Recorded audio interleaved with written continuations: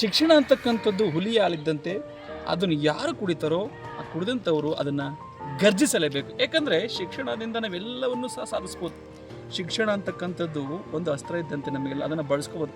ಬಡತದಿಂದ ಹೊರಬರಬೇಕಂದ್ರೆ ನಮಗೆ ಒಂದು ಅಸ್ತ್ರ ಯಾವುದಪ್ಪ ಅಂದರೆ ಶಿಕ್ಷಣ ಬಿಟ್ಟು ನಾವೇನೂ ಸಹ ಮಾಡೋದಕ್ಕೆ ಆಗಲ್ಲ. ಯಾಕಂದರೆ ಶಿಕ್ಷಣ ಅಂತಕ್ಕಂಥದ್ದು ಅಷ್ಟು ಮಹತ್ವಪೂರ್ಣವಾದಂಥ ಒಂದು ವಿಷಯ.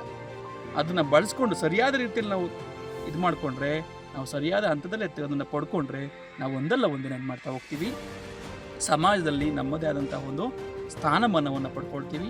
ಮತ್ತು ನಾವೆಲ್ಲರೂ ಸಹ ಏನು ಮಾಡ್ತೀವಿ, ನಮ್ಮನಿಗೆ ಬೆಲೆ ಮತ್ತು ಗೌರವವನ್ನು ಕೊಡ್ತಾ ಹೋಗುತ್ತೆ ಸಮಾಜದಲ್ಲಿ. ಅನಕ್ಷರಸ್ಥರಾದ ಏನಾಗುತ್ತೆ, ಅನಕ್ಷರಸ್ಥರು ಕೂಡ ಅವರಲ್ಲೂ ಸಹ ಎಜುಕೇಷನ್ ಇದ್ದರೂ ಸಹ ಅವರು ನೈತಿಕ ಶಿಕ್ಷಣವನ್ನು ಹೊಂದಿರ್ತಾರೆ. ಆದರೆ ನಾವು ನಿಜವಾಗಿ ಒಂದು ಅಂತಸ್ತನ್ನು ಸಮಾಜದಲ್ಲಿ ಒಳ್ಳೆ ಒಬ್ಬ ಮನುಷ್ಯನಾಗಿ ಬದುಕಬೇಕಂದ್ರೆ ಶಿಕ್ಷಣವು ಬೇಕೇ ಬೇಕು. ಅದಕ್ಕೆ ಹೇಳ್ತಾ ಇದ್ದೀನಿ ಮಗು, ನೀನು ಸಹ ಶಿಕ್ಷಣವನ್ನು ಪಡ್ಕೊ. ಈ ದುಶ್ಚಟಗಳೆಲ್ಲ ಬಿಟ್ಬಿಡು. ನಿನಗೆ ಒಳ್ಳೆ ಬುದ್ಧಿ ಹೇಳ್ತಾ ಇದ್ದೀನಿ ನೋಡಿ ಇವತ್ತು. ಶಿಕ್ಷಣ ಪಡ್ಕೊಂಡ್ರೆ ಮುಂದೆ ನಿನಗೆ ಭವಿಷ್ಯ ಇದೆ.